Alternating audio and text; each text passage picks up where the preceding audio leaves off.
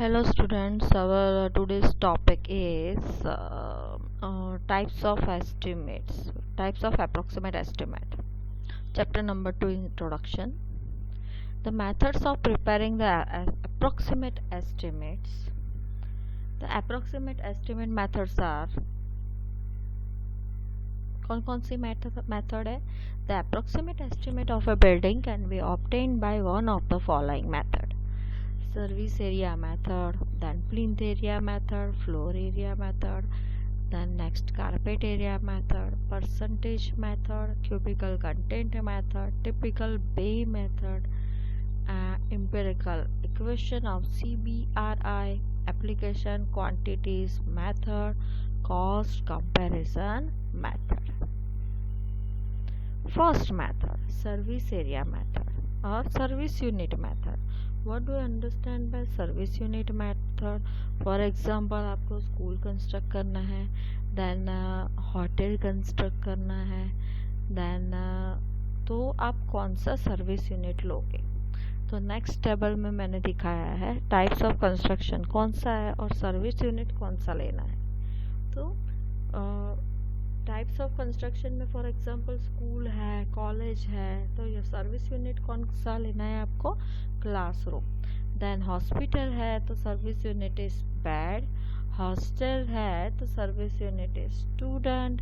Hotel है तो service unit is room. Theatre में सीट. देन स्टेडियम में आप कौन सा सर्विस यूनिट लोगे? सीट. जेल में कोठरी और रूम. एंड स्टेबल में एनिमल. तो आपको ये सर्विस यूनिट फॉर एग्जांपल जो भी है सर्विस यूनिट उसको लेना है कि कितना नंबर है उस सर्विस यूनिट का और उसका रेट कैसे पता चलेगा. तो उसके आसपास के एरिया में जो भी कंस्ट्रक्शन हुआ होगा तो एज पर सर्विस यूनिट और द सर्विस यूनिट का रेट कितना है वो पास्ट में जो भी कोई बिल्डिंग बना होगा या स्कूल बना होगा तो उसको रेफरेंस के लिए. फॉर एग्जांपल आपको नया स्कूल बनाना है तो आप आसपास जो भी स्कूल बनी होगी उसमें से आप रेफरेंस लोगे कि सर्विस यूनिट इतना है तो पर सर्विस यूनिट कॉस्ट इतना होगा. ओके. तो the service unit indicates the most important unit in A structure. The entire structure is divided into number of service units. For example, in a school building, the service unit is a classroom.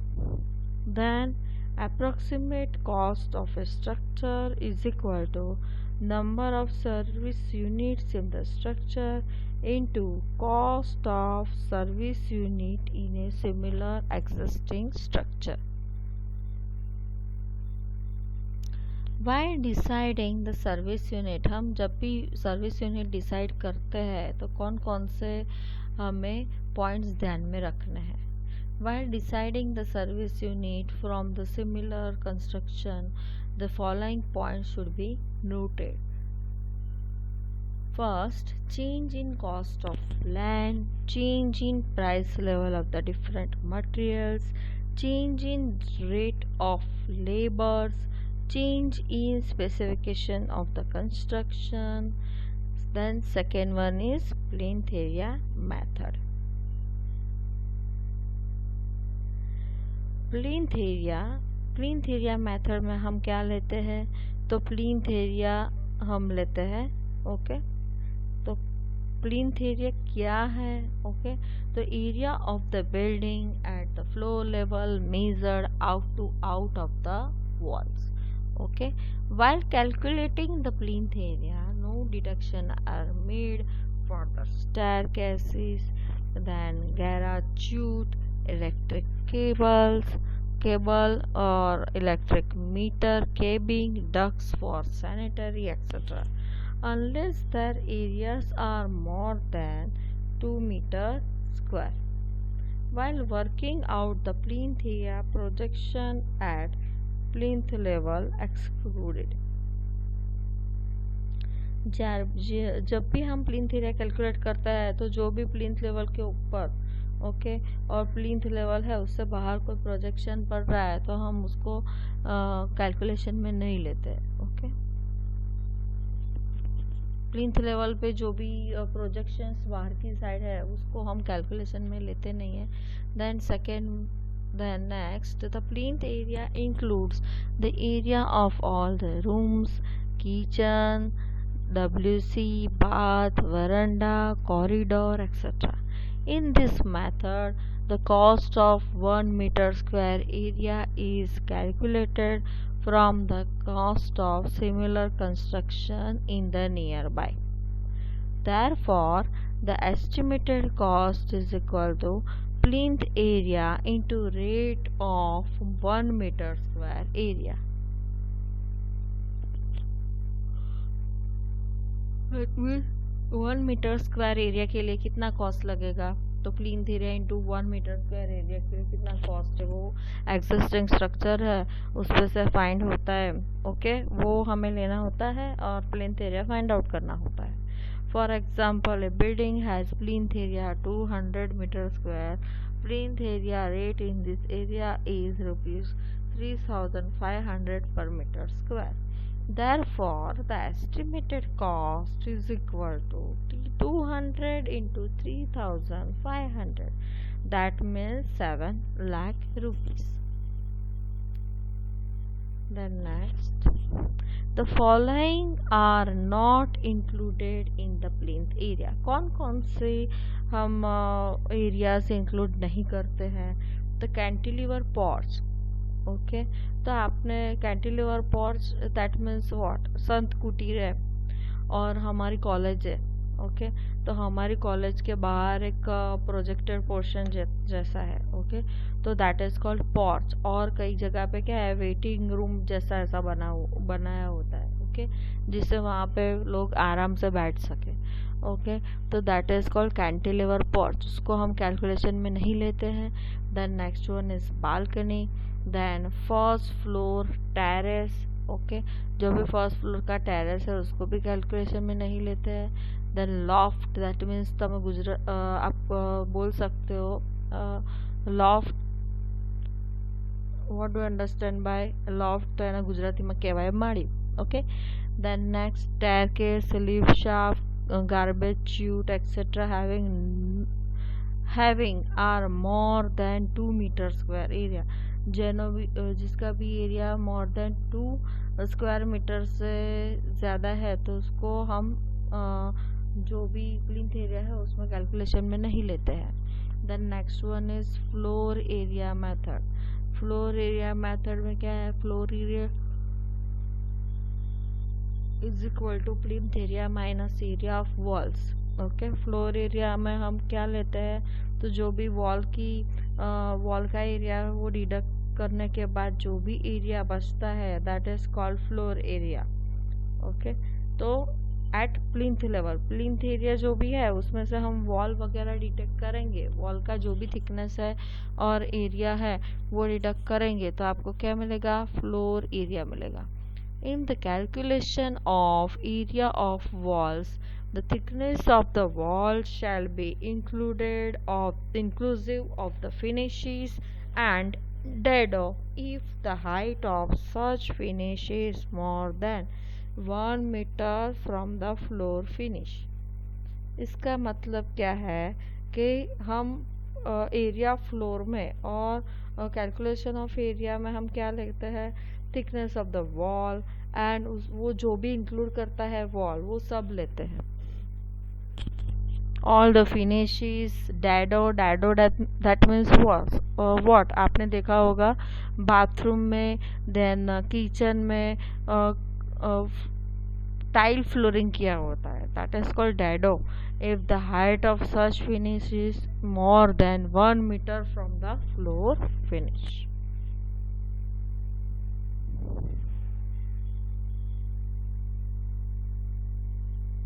Then next, that means आपने kitchen में देखा होगा कि dado provide किया है about 1 metre. Okay, तो वो सब भी हम क्या करते हैं, कैलकुलेशन में उसको डिडक्शन देते हैं.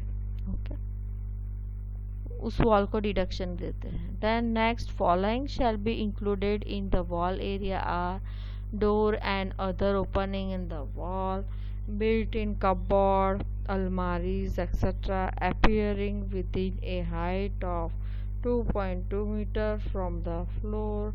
Then flues which are within the wall. Flues એટલે શું કે फ्लूस क्या होता है कि कोई बीच में एक प्रोजेक्टेड ओल्ड जो भी बिल्डिंग्स थे उसमें प्रोजेक्टेड पोर्शन अमुक हाइट पे देते थे, जिससे कोई चीज़ वगैरह रखनी हो तो हम रख सकते हैं, that is called flues. Then next one is intermediate columns जो भी है, ओके तो वो भी हम क्या नहीं लेते हैं, फ्लोर एरिया में लेते हैं. ओके दैट मीन्स वॉल का जो भी एरिया है उस पर काउंट करते हैं, और फ्लोर एरिया में जब भी फ्लोर एरिया हम काउंट करने बैठते हैं तभी ये सब चीज़ अभी जो बोली, ओके जो वॉल के साथ कनेक्टेड है उसको हम डिडक्शन में लेते हैं. Okay then estimate cost is equal to floor area into floor area rate. Let one building has floor area 100 meter square and the floor area rate is 4000 rupees. Okay तो हमारे पास जो building है उसका floor area 100 metre square है, उसका rate है 4000, तो multiply करेंगे तो आपको क्या मिलेगा, estimated cost, that is called the approximate cost of A building. Then next one is carpet area method. The carpet area is the floor area less the area of the following portions. That means carpet area में ये सब areas include नहीं होता. कौन सा, तो veranda, corridor, passages, then entrance hall and porch, then staircase, bathrooms and WC, kitchen and pantry, okay then store, machine room for lift, shaft for sanitary pipes, etc. Estimated cost is equal to carpet area into the carpet area rate. Then next, percentage method. In this method the cost of the water supply. The next method is percentage method. In this method the cost of water supply, drainage, electricity, etc. as ancillary works is estimated as some percentage of the total construction cost of the building. That means water supply, drainage, electrical installation के लिए कितना cost लगेगा, तो जो भी total cost है उसका इतना percentage water supply, drainage, electrical installation में लगेगा, तो that is called percentage method. That means जो भी टोटल अप्रोक्सीमेट कॉस्ट आया उसके हिसाब से ये जो भी आइटम्स है उसका कॉस्ट होगा. For example water supply 4%, then drainage 4%, and electrical installation is 5 to 8% of the total cost of the building. The next one is cubical content method.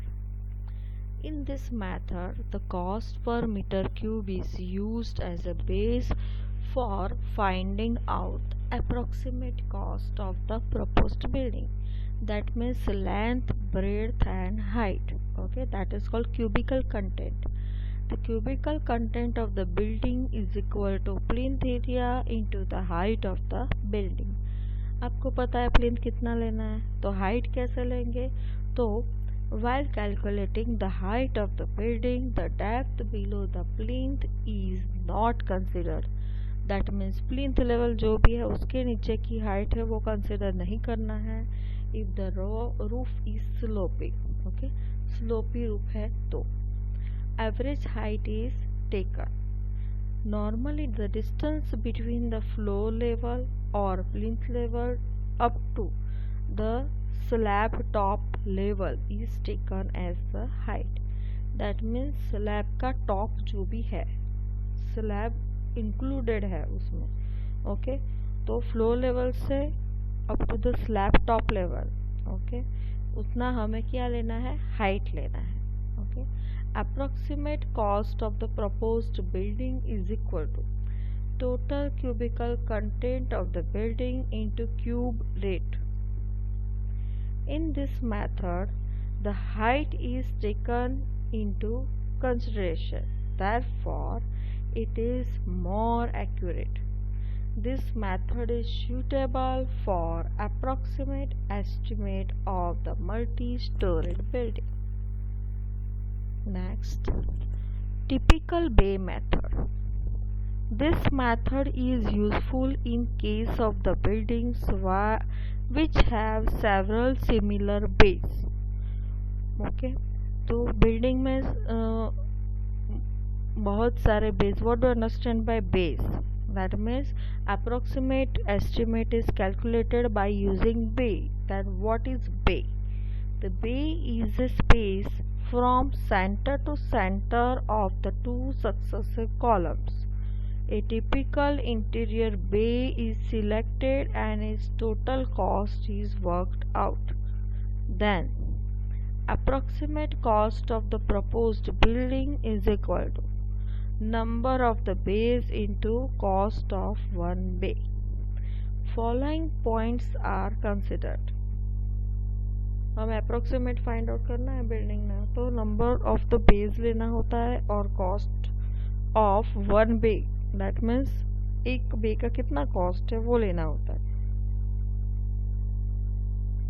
The following points are to be noted. Necessary correction should be made for the and base. And base में क्या होता है? तो and base में extra portion दूसरा add होता है. For example last column दो साइड है तो उसमें उतना एरिया हमें ऐड करना पड़ता है. That is called end bays. Okay, due to the end wall, तो वहाँ पे भी हमें ऐड करेक्शन करना पड़ता है, उतना एरिया लेना पड़ता है. Okay, then sufficient allowance should be made by compensate for the small things that are overlooked. Okay, कई बार क्या होता है हमें थोड़ा allowance, sufficient allowance should be made. Okay, the allowance extra भी प्रोवाइड करना पड़ता है. स्मॉल चीज़ होती है तो वो स्मॉल चीज़ के लिए थोड़ा sufficient allowance भी हमें करना पड़े तो हम कंपलसरी करना पड़ता है. Okay, sufficient allowance should be made to compensate for the small things that are overlooked. For example कोई काम करते समय हम ये चीज़ भूल गए. ओके, तो उसके लिए अलाउंस भी प्रोवाइड करना पड़ेगा.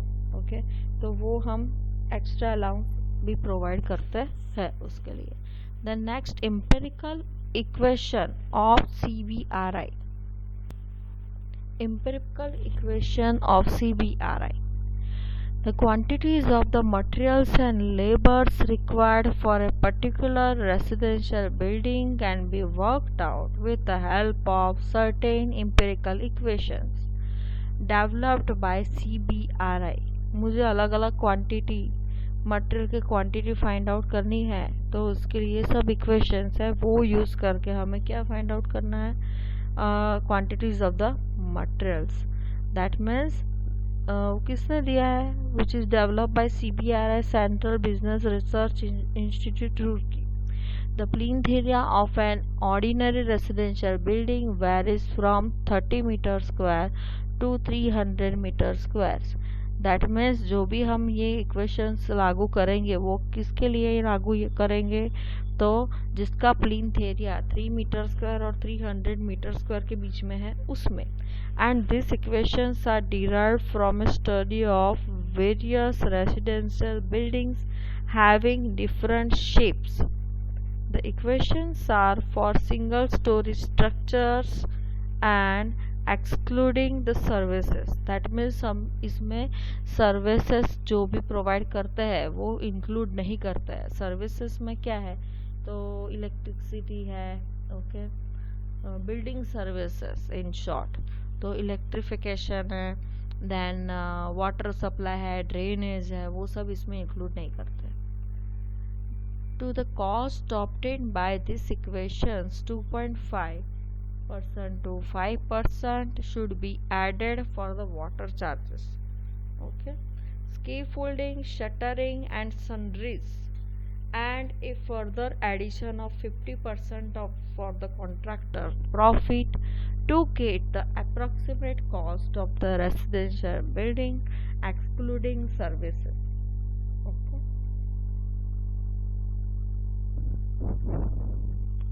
कॉन्ट्रैक्टर प्रॉफिट्स कितना देता है 50% to get the approximate cost of the residential building excluding the services.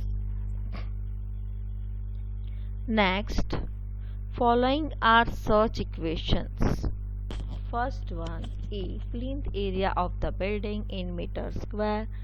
तो सीमेंट इन टर्म्स में फाइंड आउट करना है तो कैसे मिलेगा 0.153 A plus 0.57. Then next, sand in cubic metre में फाइंड आउट करना है तो क्या होगा 0.47 A minus 7. Aggregates, coarse aggregate in cubic meter is equal to 0.145 A plus 1.5. Then bricks in numbers 226 226 A plus 6680. Okay. Steel in quintal is equal to 0.213 A minus 3.14. Machines in numbers the 1.335 A plus 28 and mazdoors in numbers is equal to 4.766 A minus 32. Approximate quantities method. In this method, various quantities are worked out with the help of many shortcuts. For example, for the instance, the wall foundation are measured in linear measurements in running meter. The approximate quantities of the items such as excavation, foundation, PCC, that means plain cement concrete, foundation, PCC, that means plain cement concrete, then brick masonry up to plinth, DPC, that means damp proof course, are computed per running length. Okay, and with the help of the rates of this item, a fairly accurate price when multiplied by the total running measurements gives the approximate cost of the building up to plinth level. Similarly, the superstructure is measured in running meter and a suitable price per running meter in built up including the brickwork, inside outside plaster, painting, woodwork etc. Approximate quantity में हम क्या करते हैं कि जो भी हमारी foundation की लेंथ है, देन जो भी प्लास्टरिंग की लेंथ है, डीपीसी की लेंथ है, एक्सकेवेशन की लेंथ है, देन ब्रिक मेशनरी वर्क की किस लेंथ तक प्रोवाइड किया है, उससे उसको वो लेंथ फाइंड करके हम उसका जो पर रनिंग मीटर जो भी कॉस्ट आता है, ओके, वो उससे मल्टीप्लाई करते हैं तो हमें क्या मिलता है अप्रोक्सीमेट क्वांटिटीज मिलता है. उसी तरह से क्या होता है ब्रिक वर्क है अबाउ प्लिंथ और सुपरस्ट्रक्चर के लिए, then inside outside plaster, painting, wood work में भी पर रनिंग मीटर फाइंड आउट करते हैं. For this method the plan of the structure should be available. This method के लिए क्या चाहिए, प्लान चाहिए. Then next one is cost comparison method. This method is suitable for the estimate of the prototype structure. For example, when the prototype staff quarters or the railway station etc. are required to be estimated approximately, then the estimate for such prototype works are prepared by comparing the previous cost with the present market rates. That means previously जो भी हमने prototype, जो भी हम बात कर रहे हैं स्टाफ क्वार्टर का बनाया हुआ है, ओके, पहले जो भी बनाया हुआ है उससे अभी प्रेजेंट जो रेट है वो लेके हम फाइंड आउट करते हैं कि कितना रेट होगा, कितना कॉस्ट होगा, और उसके हिसाब से फॉर एग्जांपल पहले जो हमने एग्जिस्टिंग स्टाफ क्वार्टर बनाया था और अभी जो बना रहे हैं, ओके, तो जो भी मटेरियल के रेट्स में चेंजेस है उसके हिसाब से अभी मार्केट रेट्स में जो भी प्रेजेंट रेट है उसके हिसाब से उसका कॉस्ट कितना होगा टोटल, तो उसके हिसाब से हम फाइंड आउट करते हैं बिल्डिंग का जो भी ओवरऑल कॉस्ट है वो। ओके, फॉर एग्जांपल प्रीवियसली मैंने जो बनाया है उससे 5% या 10% ज़्यादा कॉस्ट है, और जो भी बिल्डिंग है उसका इतना परसेंटेज ज़्यादा कॉस्ट होगा according to the present value of material और present market rates. Such an estimate can be prepared quickly even during the meeting, but the expert knowledge is necessary to estimate the present cost of the construction as compared to previous recorded cost. Okay, that means उसके लिए practical experience चाहिए, experts चाहिए, तो expert ही वो हमें approximate cost दे सकता है। Expert के बिना कोई ये अप्रोक्सीमेट कॉस्ट दे सकता नहीं है, बराबर। तो उसके लिए कोई भी कंस्ट्रक्शन में कि कोई भी जो भी सिविल इंजीनियरिंग लाइन में एक्सपर्टीज चाहिए। ओके, फॉर कंस्ट्रक्शन में एक्सपर्टीज चाहिए कि भाई ये पहले का कॉस्ट है, ये अभी का इस प्रेजेंट रेट्स के हिसाब से, इस प्रेजेंट मार्केट रेट के हिसाब के से इतना कॉस्ट होगा। ओके,